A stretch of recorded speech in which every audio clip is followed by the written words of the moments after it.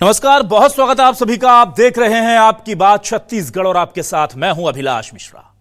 आज बात करेंगे उन नौनिहालों की जो हमारे देश का भविष्य हैं, उन छात्रों की जो छत्तीसगढ़ में पढ़कर सुनहरे सपने देख रहे हैं और उन संघर्षों की जो अभिभावकों के तौर पर अपनी जेब ढीली कर खून पसीना एक कर उन्हें महंगी से महंगी शिक्षा दे रहे हैं ताकि वो बेहतर भविष्य की नींव रख सकें।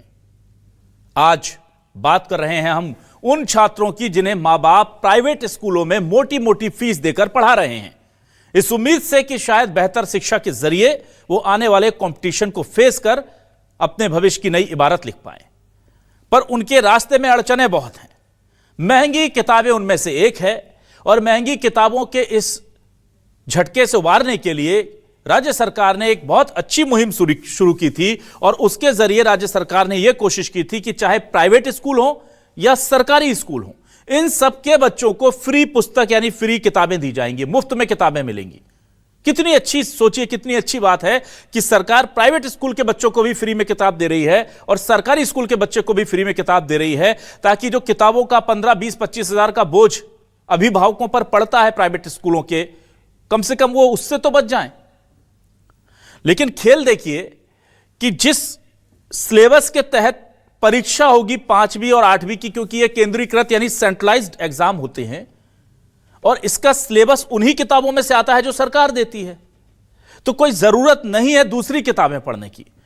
पर प्रदेश के लगभग हर प्राइवेट स्कूल में यह दबाव डाला जाता है कि आप जाइए और 10-15 हजार रुपए की दूसरी किताबें खरीद कर लेकर के आइए।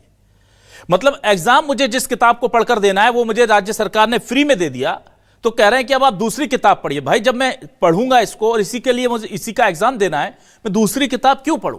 पर यह खुल्लम खुल्ला चल रहा है। इस पूरे मामले का अब सरकार ने संज्ञान लिया है, टीमें गठित कर दी गई हैं, जांच की बात कही जा रही है। लेकिन क्या बिना राजनीतिक संरक्षण के यह मामला इस तरह से खुल्लम खुल्ला चल सकता है? इसी मुद्दे पर आज करते हैं आपकी बात।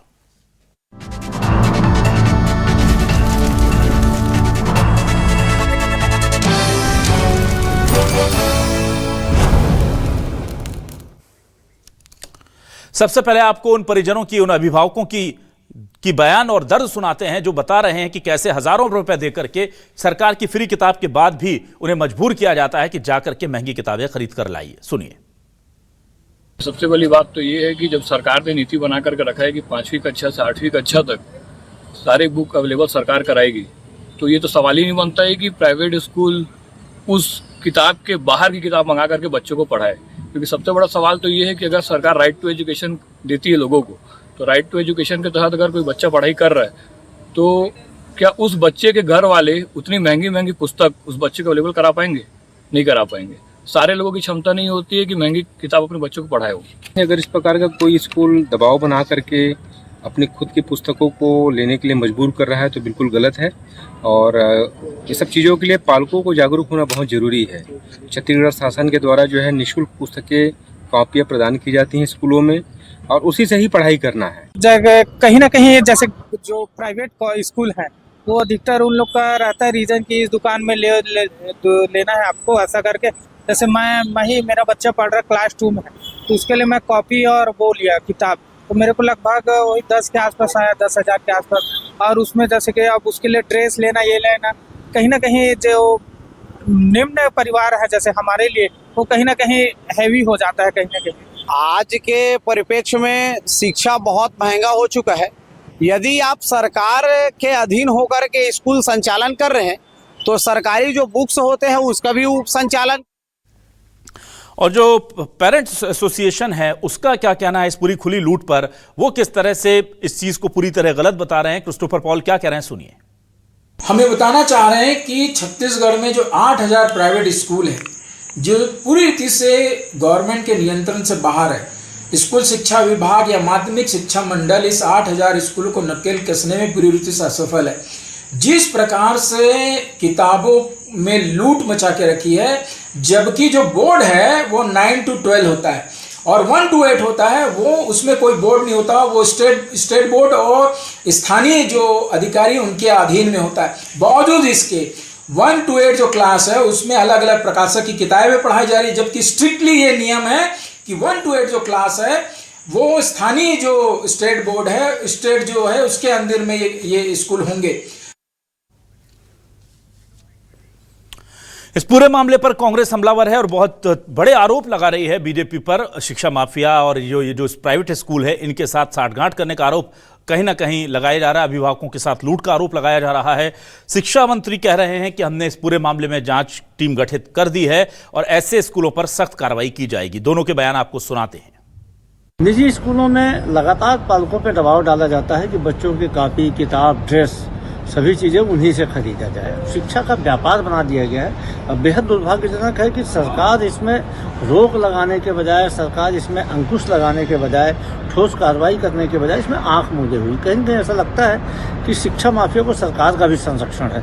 कांग्रेस पार्टी इसकी कड़ी निंदा करती है। हम सरकार से मांग करते हैं कि इस प्रकार की जो चीजें हो रही हैं उस पर तत्काल रोक लगाई जाए। से कहा है कि कहीं भी जोर जबरदस्ती के देखे किसी भी स्कूल को, संस्था को, किसी भी पालक को जोर जबरदस्ती नहीं करना है। कहीं भी कुछ चिन्हित जगह पे ही बुक्स लेने हैं, यूनिफॉर्म लेने हैं, ऐसा दबाव नहीं डाला जाएगा, सामने कहा है। और उसके लिए माननीय मुख्यमंत्री के निर्देश पे मुख्य सचिव जी ने सारे जिला कलेक्टरों को निर्देश किया है। प्रत्येक जिले में एक कमेटी गठित हुई है। वहाँ के जो अतिरिक्त दंडाधिकारी हैं, एसडीएम हैं और जिला शिक्षा विभाग के अधिकारी मिलकर एक ज्वाइंट एक टीम हर जगह बना हुआ है। कहीं कोई शिकायत आती है तो वो निरीक्षण करके कार्रवाई करने में सक्षम है। और आइए अब देखते हैं सवाल क्या है। सवाल लेकर आ रहे हैं आपके टेलीविजन स्क्रीन पर। सवाल ये रहे आपके सामने, प्राइवेट स्कूलों में को भी सरकार दे रही फ्री किताब, फिर भी बच्चों पर बाहरी किताबें खरीदने का दबाव। प्राइवेट स्कूल लगा रहे हजारों की चपत, अभिभावकों को कहीं से नहीं मिल रही राहत। कांग्रेस बोली शिक्षा का बना हुआ है बाजार, बीजेपी बोली कड़ी कार्रवाई करेंगे इस बार। छत्तीसगढ़ में फ्री किताब के बाद भी निजी स्कूलों की लूट, अभिभावक परेशान। किसने दी इतनी छूट? भाई कौन दे रहा है ये छूट? सीधे बात करते हैं अपने खास मेहमानों से। मेरे साथ 3 खास मेहमान जुड़ गए हैं। सामाजिक कार्यकर्ता विकास तिवारी हमारे साथ जुड़ गए हैं, स्वागत करता हूं उनका। श्रीचंद सुंदरानी जी, बीजेपी से वरिष्ठ नेता प्रवक्ता, मेरे साथ जुड़ रहे हैं, उनका स्वागत करता हूं। और हमारे साथ वरिष्ठ पत्रकार के तौर पर धनवेंद्र जायसवाल जी जुड़ गए, उनका भी बहुत स्वागत करता हूं। सबसे पहले विकास तिवारी जी, जरा बहुत सरल और कम शब्दों में बताइए कि नियम क्या कहता है, क्योंकि कहा जा रहा है कि सिलेबस वही उन्हीं किताबों का होता है जो सरकार फ्री में देती है। फिर ये किस प्ली पर प्राइवेट स्कूल बोलते हैं कि 10-15 हजार रुपए की किताबें बाहर से खरीद कर लाइए? अभिलाष जी, पहले तो मैं आपका और आपके राष्ट्रीय चैनल का आभार व्यक्त करूंगा कि लाखों करोड़ों छात्र, अगर हम प्रदेश का जोड़े तो लाखों, आप और देश के जोड़े तो करोड़ों छात्रों की जो पीड़ा है, उनके माँ बाप की पीड़ा है, उसको उठाने की हिम्मत, मैं इस शब्द का भी प्रयोग कर रहा हूं, आपका चैनल कर रहा है, उसको साधुवाद। दूसरी बात, मैं लाइव जो भी डिमॉन्स्ट्रेशन है वो आपको मैं बताऊंगा।